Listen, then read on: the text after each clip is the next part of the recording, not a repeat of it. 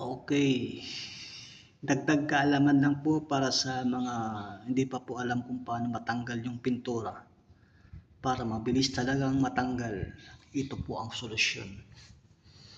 Gumamit po tayo ng gloves kasi medyo matapang po yung solusyon na yan. Para dumikit man sa balat natin, hindi tayo mapupuruhan. Ito siya. Strepsil. Lagay lang po yan dito, sample. Lagay po sa ating pahid. Saka gumamit po kayo ng ganito para mapadali po yung matanggal. Dagdag kaalaman lang po para sa hindi pa po alam kung paano matanggal agad yung pinturang nakadikit. Gusto nyong tanggalin.